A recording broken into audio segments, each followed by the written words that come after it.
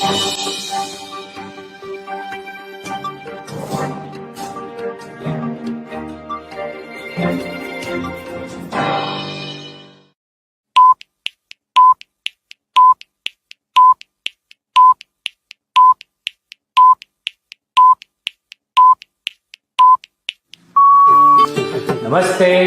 my name is Amish Tripathi and I'm the director of the Nehru Centre, London. Now, some may think of Nehru Centre as just this beautiful fine building, and it is a fine building, no doubt. We have a wonderful art gallery out here. We have an awesome auditorium on the first floor with a capacity of 100 to 120 people right here in the heart of central London in Mayfair. But the Nehru Centre is a lot more than this fine building. The Nehru Centre is also an online platform. We are available on Twitter, on Facebook, on Instagram and on YouTube. And so the Nehru Centre is actually wherever you want it to be.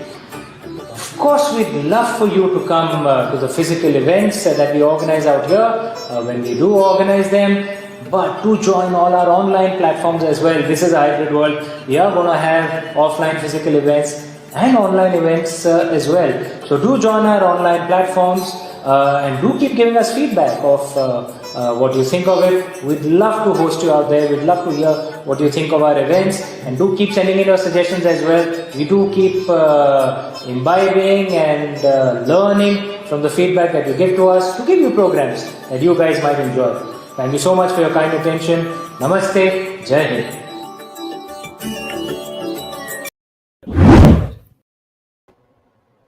Namaste. My name is Amish Tripathi, which you would have just gathered at watching the video that you just saw. And today we are presenting an event on a subject that I'm personally deeply passionate about. This is the history of Indian sciences. I will give my introductory remarks on this, but before we begin, if we can bring the author of the book that we are launching, the Brief History of Science in India, Sabareesh.P.A. Sabareesh, if Sabareesh can be brought up on stage, please. Namaste, Sabareesh. How are you? Namaste, Amish. Absolute pleasure having you up on stage. And to be in conversation with you is going to be Dr. Gobardhan Das. If we can have Dr. Gobardhan Das on the stage as well. Namaste, doctor. How are you? Namaskar, sir. Nice meeting you. I'm doing fine. How about you? Absolute pleasure meeting you as well. If I may do the introductions, the formal introductions, we are a Sarkari place, so I will have to follow the Sarkari protocols. Sabareesh.P.A. was born in Rajapalyam, Tamil Nadu and studied in Kerala and Karnataka in India. The author is currently a PhD research scholar at the Centre for Studies in Science Policy, School of Social Sciences at Jawaharlal Nehru University in New Delhi. Sabareesh has previously worked as a consultant at the Council for Scientific and Industrial Research, Union Ministry of Earth Sciences, Government of India, and Vijnana Bharati, a science and technology NGO. Sabareesh, thank you so much for joining the Nehru Centre platform. Dr. Gobardhan Das is an immunologist and a professor in molecular medicine at JNU. He was previously a senior scientist at International Centre for Genetic Engineering and Biotechnology. Dr. Gobardhan, before you take it away, if I may speak a little bit on why this subject is, I'm so passionate about this subject, and why I immediately agreed for the Nehru Centre, and my team immediately agreed to host this book launch the moment we got to know of it through Sabareesh. Indian science and technology in our history has almost been wiped out. It's not just the sciences, mathematics, many of our intellectual achievements in the modern era. Many Indians sadly still don't know that the Pythagoras theorem was discovered by Bodhayana before Pythagoras did, a good 200 years prior. Our Damascus steel, the technique to manufacture it actually originated in India, as many historical documents show. Many of these vast historical achievements of India have been forgotten. And this is a tragedy that must be corrected. But I think the second more critical thing, and Doctor and Sabareesh, I'm sure you'd agree, is that India shows the model that science and religiosity can exist together. The paradigm that's there in the West, that to be scientific you have to, make fun of religion or be away from religion, and to be religious you have to give up on science. India has shown that this dichotomy is false, that you can be religious and scientific at the same time. And these are two very important conversations that we must have. And who better to have this conversation than Sabareesh, who has written a book on this very subject, and Dr. Gobardhan Das, a brilliant scientist, who will be in conversation with Sabareesh. And before I leave the two of you to it, Sabareesh, we are not going to get the pleasure of wrapping paper and tearing up the wrapping paper on a book. So we put together a video for you, an online launch for your book on the Nehru Centre platform. So if the tech team can please play that video.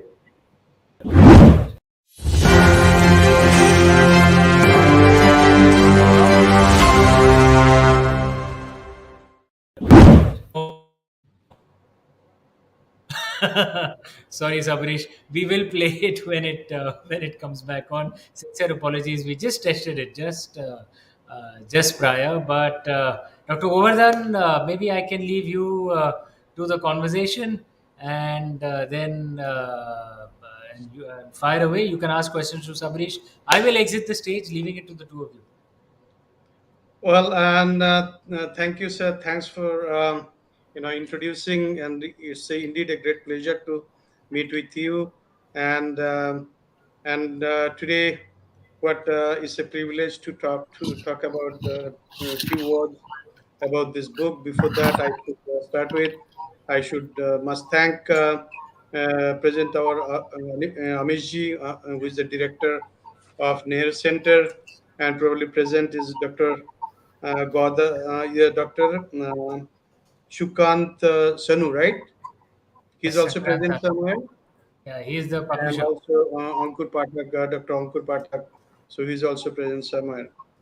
So yes, it's indeed. I feel honored and privileged, and above all, humbled today to say a few words about the book, A Brief History of Science in India by Dr. Shabrish. Although he's not doctor yet, but very soon he'll get his doctorate degree. Rather, I'm taking privilege to call him doctor in advance. And even before I started reading the book, what struck me is its dedication page. Dr. Shabrish dedicated this book to Shishya Parampara and to his parents and teachers. As an Indian father, husband, scientist, and a teacher who struggled poverty all of my life, there cannot be a greater truth in these events, in elements. When you talk about the ancient Indian science, there's other a so-called Western view that seems documented and data-driven, or rhetoric-driven more by emotional systemic evidences. The problem is how to document evidences of a scientific culture that dates back more than 5,000 years and faced systemic ethnic cleansing, evidence destruction, and so many times across history. We all know that India is a first nation and a very old one. Historical evidences that remains indicates we enjoyed an extremely rich knowledge driven culture with reason and rational thinking, the basis of our civilization. But how much and how did our science and culture fare against an Islamic and then imperialistic colonization? It is here that this book shows its uniqueness. Instead of a more historical documents, Shabreshji has actually integrated two different topics, that of history of ancient Indian science and its relationship with British India and India after independence. The book is divided in two parts. Uh, in the first part, the author has focused on the science of ancient India, reminiscing from the Vedic periods. And in the second part, Shabareshji moved to its the relationship of traditional Indian science and perspectives of British occupation. The time And time again, Shabrish ji has wonderfully referred to our hardcore and extremely successful teaching system through Gurukul, ashrams, mosques, famous universities like Takshila, Nalanda, Bikramshila, Shardapit, Temple University, Nadia, and others. In chapter 4 on medicine, the author has referred to ancient clinical practices. Chakrasmita, Sushrutasmita, Ashtashangrantha, Ashtashamagra that went on to develop preventive healthcare and yoga-based holistic medicine. Similarly, he talks about Indian contribution to engineering science in chapter 6. How effective was the ethnic academic culture instilled by these institutions in British India? We learn about this through a British report that the author has quoted, referred to Sir Thomas Munro, and governor of the presidency of Madras, who ordered received report in 1822 on Indian education system in his presidency. The study discovered every village in his area and a in his village in his area had a traditional school. There were 12,498 schools and colleges in a total population of 1.28 crore. The actual numbers would be significantly higher because of traditional system of homeschooling, especially among girls. So, in chapter 4, the author elegantly describes how this ancient, excellent system of education was modulated, plagiarized, and in some cases destroyed by intellectual imperialism of the British Empire. In case of one where the decorum was respected, Shabriji refers to Charles M. Wish, an English civil servant who rediscovered Kamtalur Nilakanta Shumyaji, a famous mathematician from Kerala in 1501, indicated that his work was extremely similar to the principles of calculus. These documents were copied and transmitted by Jesuit priests to churches of Europe and later on emerged as a Newtonian physics. And these examples across centuries continue. A historical evolution of Rajaram, Raja Ram Mohan Roy is offered where his remarkable modern views and honesty is defamed by the British. The ancient India was the birthplace of many great sciences, not rhetorics. This book offers a firm, evidence-based approach which meticulous referencing is support to the author's point. In this approach, that should set standard of a similar research and publication in this domain. My Bharat, the Srestha Bharat, our ancient Indian science, medicine, cultures were so rich. People from across the globe came for education and cultural training. In fact, our culture is rich since prehistoric time, the when there are no technology for the documentation. I am not going that far, but from the time we started documenting our vastness of documents can be glimpsed from the fact that when Khilji burned Nalanda library, it took 3 months. Alas, we lost most valuable documents. I believe this book forms a basis of education that should be imparted at graduation and post graduation among Indian students. So, having said that, indeed, this book is an excellent, and you have taken the first step to, concise the what the history of science in India is known. But indeed, it is a first step. But there are several things it came in my mind. So I would like to know the few things from you. Can you take some examples and then cite some examples to that to what our ancient science. Can you take some examples that will explain more of our listeners? So can you give some examples to us? Yeah, sure. Thank you very much, Amish Tripathi ji and Dr. Gobardhan sir.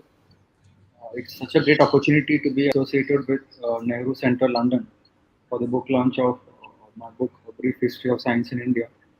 And I take this opportunity to also thank my publisher, Garuda Books, and also my research guide, Dr. Rita Madam, for having facilitated and for having motivated to take up this project.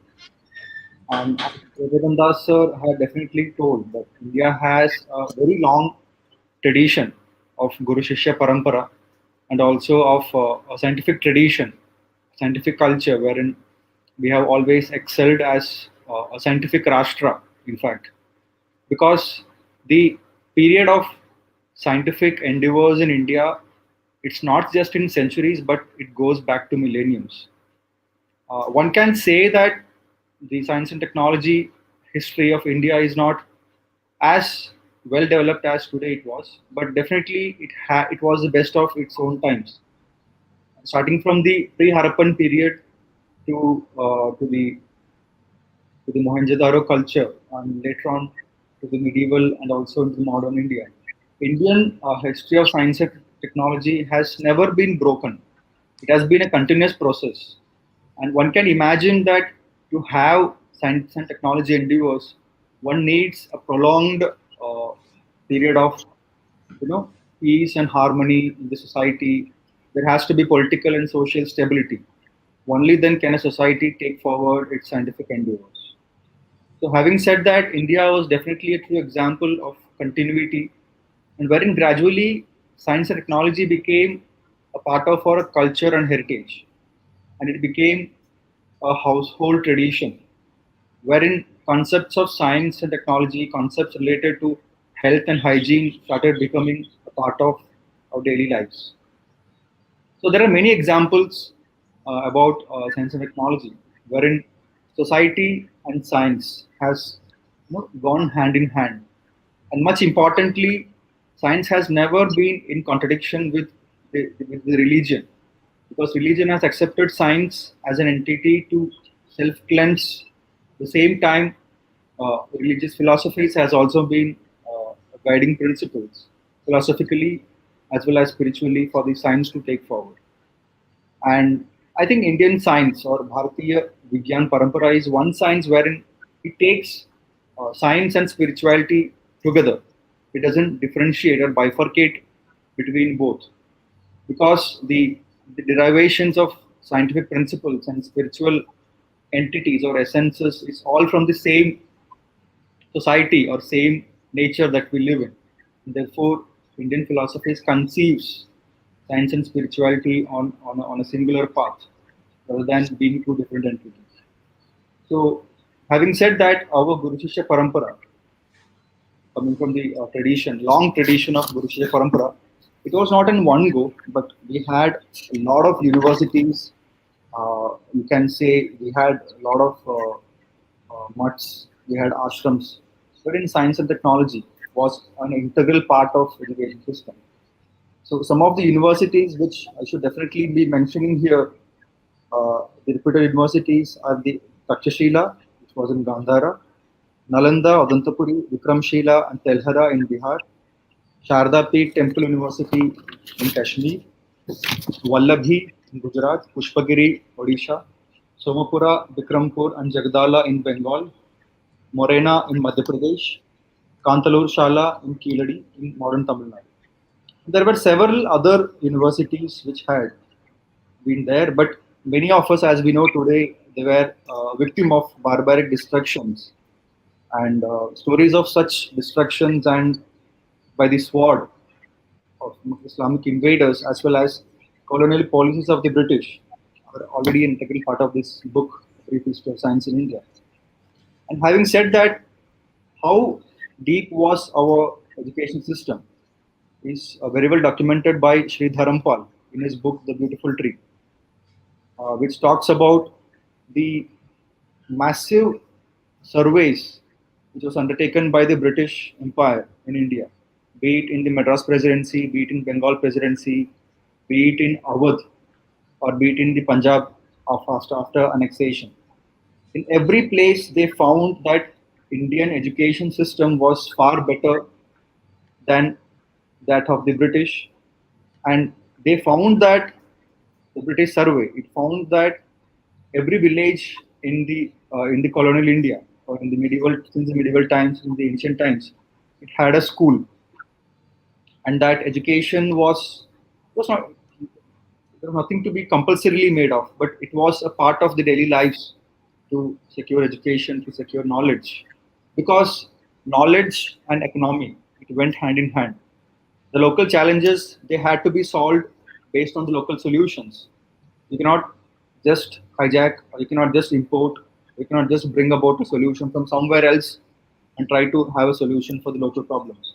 So the local trade guilds and local traders they invested in the local pathshalas, local ashrams to have to ensure that the education takes place, and the solution that comes from this, the innovation that comes from this, could be used for the economical purpose, for the for the uh, for the generation of wealth. So these things have been very well documented by the Dharampal in his beautiful tree. Another book of Dharampal is Science and Technology in 18th Century India, wherein he mentions several case studies, including that of wood steel, which is the basis of the Damascus sword. So all these examples are mentioned, but I would like to take a few very exciting examples from other as a case study, so that we can keep the discussion very interesting, can keep the discussion meaningful, and also it will be useful for all the listeners and viewers. So one thing is about the Bakshali manuscript, and we all know the concept of zero, which evolved, which has ownership, which evolved in India. And the Bakshali manuscript was discovered in the year 1881 in the village of Bakshali, which is near modern Peshawar in Pakistan. And it contains the world's oldest and existing archaeological evidence of zero, or Shunya, which dates back to 3rd or 4th century AD. So definitely there are several literary descriptions depicting Shunya as a complex philosophical interpretation, understandings, uh, which one can correlate to philosophical nothingness or emptiness. So, such philosophical interpretations called the Shunya, it gradually evolved uh, from a dot or nothingness to the modern oval shape, and the and today the very conversation which we're having because of the information communication technology, the very basis of this is a contribution of the very idea of zero, through which the computation programming is also being taking place. So we can definitely say that. And another similar example is of Maharishi Panini, who was a grammar. He authored, or he brought about the a grammatical treatise called Ashtadhyayi, is dated back to 500 BC, which is algebraic in nature and makes it scientifically possible for Sanskrit to be the only language to be suitable for algorithms and computing, which forms the very basis for modern information communication system. So Panini's Ashtadhyayi is a very good example of how linguistics and science are interlinked with each other to perfection. And another case study which I want to bring about is it's an archaeological uh, evidence called the Powersg manuscript. It is a Sanskrit treatise which was discovered in Turkestan, or the modern Xinjiang province in northwest China. It was written in the early Gupta period, dating to 4th and 4th century AD, and it holds the earliest evidence for the Indian medical text called Navanitakam. It deals with internal medicine, and it is very much part of our Ayurvedic knowledge, because Ayurveda also deals about internal medicine, not just the modern medicine practices. And another example similar to you can correlate to health is about Sushruta Samhita. And I want to take a very beautiful example which has historical relevance, which has political relevance also. Definitely, as I said, sciences cannot be a different entity, because it is dealing with society, deals with politics, deals with economy, because only when there is political and social stability and economic stability does science and technology and other endeavors such as art and culture also flourishes. So the year dates back to the 1700s, the late 1700s, in fact, wherein in 1794, a sepoy of the British East India Company called Powersg, whose picture is given in the cover page of this book. He is Powersg. So, and this is the this two pictures is the something which I'm going to tell about. So he was a part of the British East India Company in Bombay, and when the East India Company was in a war with the Mysore, Powersg was caught as a prisoner of war by Tipu's Mysore, Tipu Sultan's Mysore, and as a punishment, Powersg's nose was chopped off as a punishment. In those days, these were the punishment where the prisoners of wars, prisoners of war were given such punishment so that people tend to know that who the person is in public.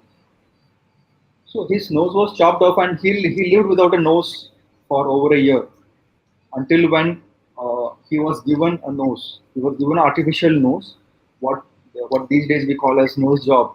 So he was given artificial nose by a surgeon near Pune in the year like 1795.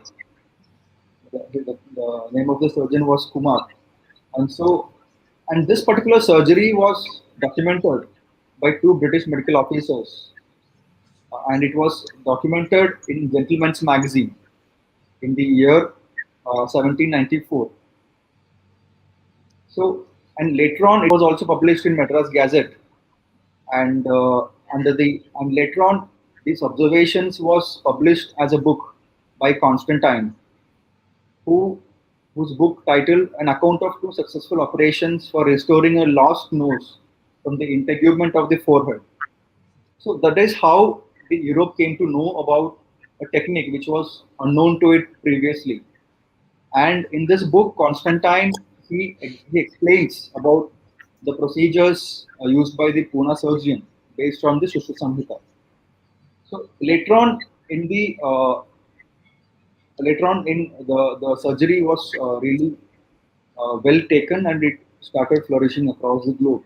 But the basis of this surgery has its roots in India, and today this particular surgical method is called as rhinoplasty, which all of us know is used and is used as a surgical procedure in today modern hospitals. And another case study which I want to take, which I also like a lot because it's dealing with rocket sciences, not the rocket or the space shuttles we use today, but definitely related to militaristic purpose. Uh, I'm talking about the Indian base of Indian rockets. Way back in 1563, rockets were used as a part of the Vijayanagara army against the Deccan Sultans. And the gradual evolving of war rockets as an offensive projectile instrument and also as a weaponry was common among the Marathas as well as the Mughals. So, because it really frightened the war elephants and horses, so they used it as an offensive for offensive purpose. And gradually, the rockets were also fixed with two-edged swords so that it could cause havoc in the enemy's army. And in the Third Battle of Panipat in 1761 against the Afghan forces, the Maratha military had also used rockets, and this is as it is mentioned in the book. It was well documented by a British military officer called James Forbes, and describes war rockets which were used by the Marathas. It was quite bothersome to the British forces, and it contained an iron tube that was 8 to 10 inches long, and the cylindrical object contained explosives. It was fixed to an iron edge, and it has two-edged swords. So this rocket with the iron spike projection at the front of combustion also it had, and it traveled with great velocity. And he records that it could travel up to 950 meters, which was really a good distance, looking at the standards of those times, because those were the times when they fought with swords. So to enable the rockets to travel as far as 900 meters and enable havoc on the enemy side was it was really a good I think it was a good achievement in those days, because we're talking way back in the late 1700s. And so, and later on, Tipu Sultan also had used these rockets against the British in the Anglo-Mysore Wars. And what is interesting is that the British were really interested with the Indian rockets, and one of the specimen was taken to British by William Congreve, who was a British medical officer, and he developed it into what later on came to be known as Congreve rockets. And you won't believe me that these rockets, Congreve rockets, whose bases had in India, these were used against Napoleon Bonaparte in the in the in the wars against him.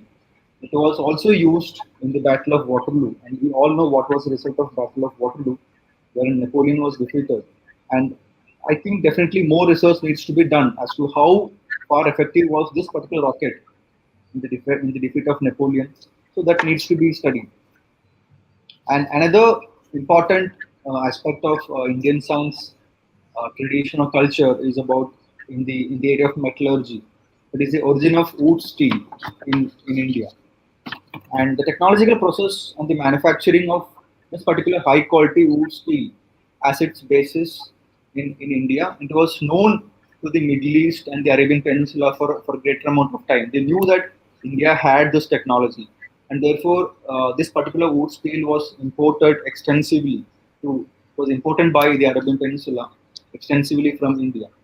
And it is using this particular wood steel that the legendary Damascus sword is actually manufactured.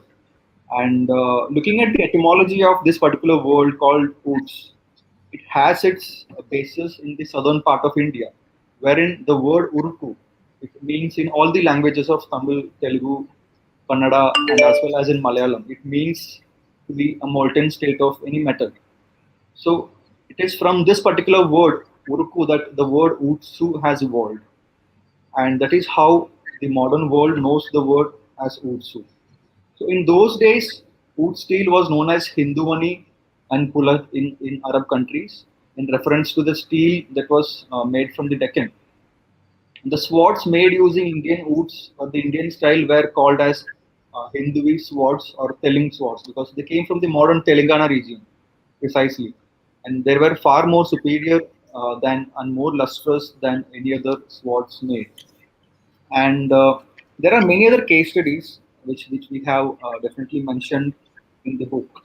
And I think I have picked quite a few case studies so that it could be helpful for the viewers and also for the science enthusiasts to have an understanding about what our history of science was about.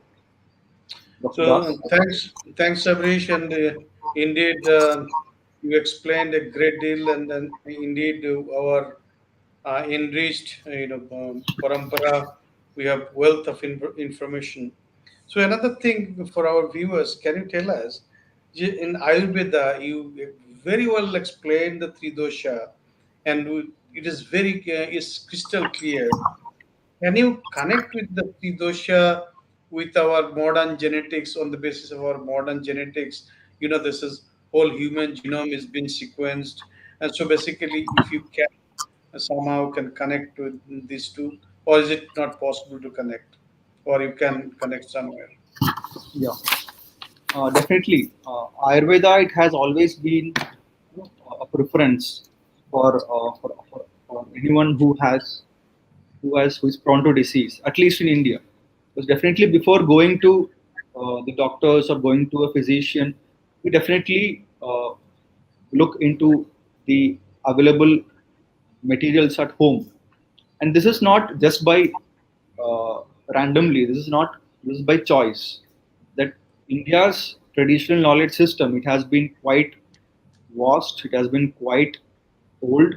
It is time proven, and these days, and looking at the inauguration of the Center for Traditional Knowledge Systems in Gujarat by the World Health Organization, there is no other thing that we can say that the world is looking at India for its traditional medicine knowledge systems. And in fact, traditional medicine knowledge system is also part of my PhD thesis, wherein we are working at how traditional medicine knowledge has been misused by the Western nations. wherein at one side they're calling it as a pseudoscience, on the other side a lot of patents is being uh, taken on the medicinal aspects of Ayurveda, of medicinal plants. And two big example is about turmeric and neem, which has been in use in Indian household for thousands of years for its antibacterial and antimicrobial properties. But all of a sudden, someone from the West comes and takes a patent of this particular two important medicinal plants. So that shows where the West stands in in its in its uh, its approach towards other societies or other towards the Eastern societies. And definitely, Ayurveda, the very basis of Ayurveda, it has its foundation at the Panchamahabhutas. We all know what Panchamahabhutas are. They are the five fundamental or foundational elements of the nature, such as the earth, water, fire, air. We call it as Agni, Prithvi, Vayu, Akash, and Apa, which is Jal.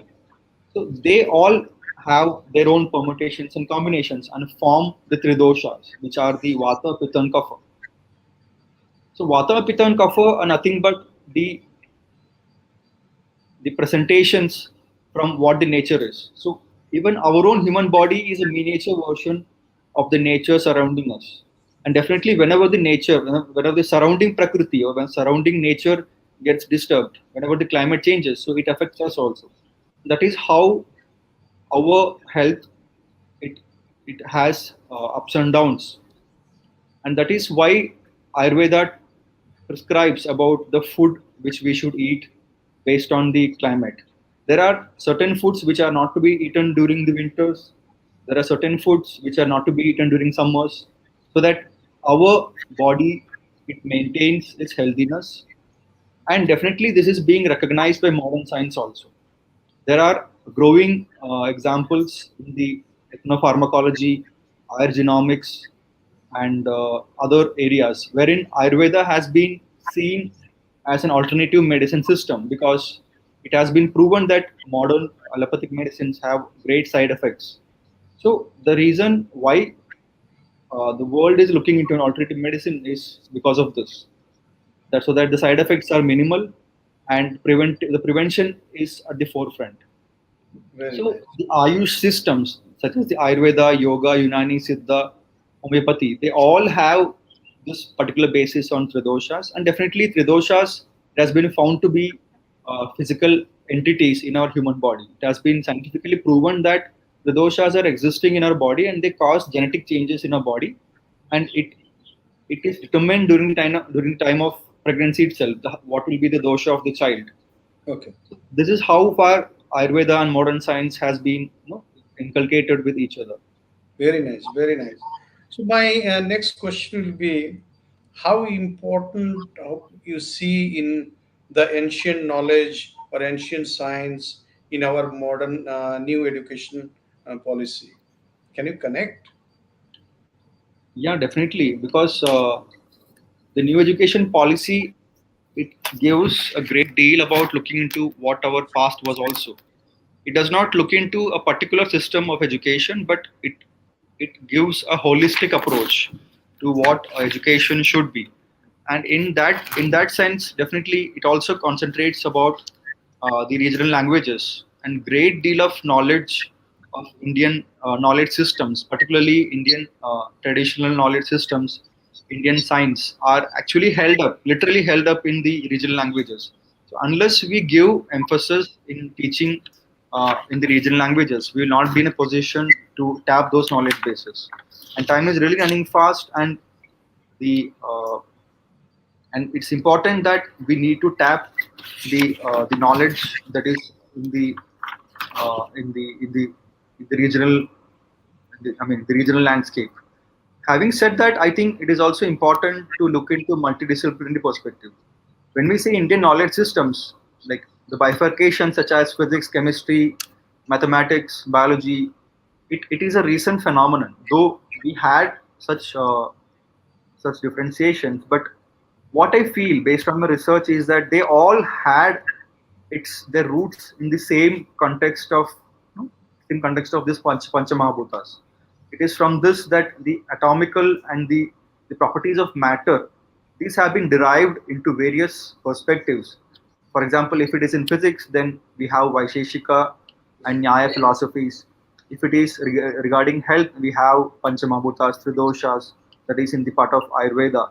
And similarly, every perspective, every subject has its own perspective derived from the same concept. So this is nothing but multidisciplinary perspective, and I think national education policy gives a large emphasis on traditional knowledge also about this perspective. And one more thing which I think is important is that we should learn to explore, appreciate, and value our own traditional knowledge systems, because it has great deal of knowledge in it. Because they're not only Swadeshi in nature, but also it represents our society and its values.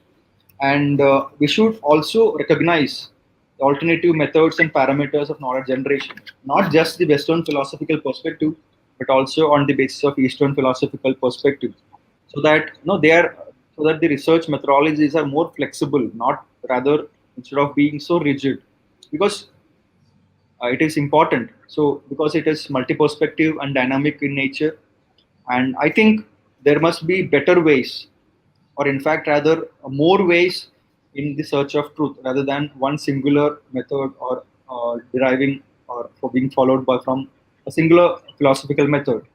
So I think the research scholars and scientists must explore, adopt research methodologies that are adhering to Sankhya philosophies, Nyaya philosophy, of course, after doing necessary courseworks and workshops, so that the gap is built.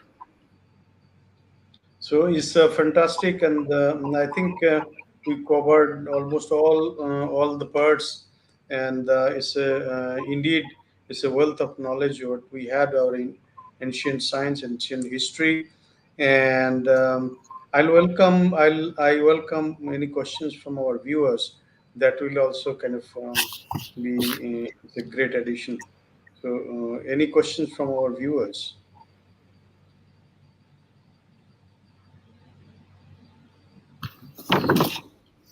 I think the viewers cannot be cannot ask the question. Okay. Maybe they can just type it, but definitely Yeah. can So you can if I can, ask a question. By the time you can, maybe you can give ask for more insights from me. yeah. So okay. So if I can, so, if your time allows, can I ask another very very probably is a novice question?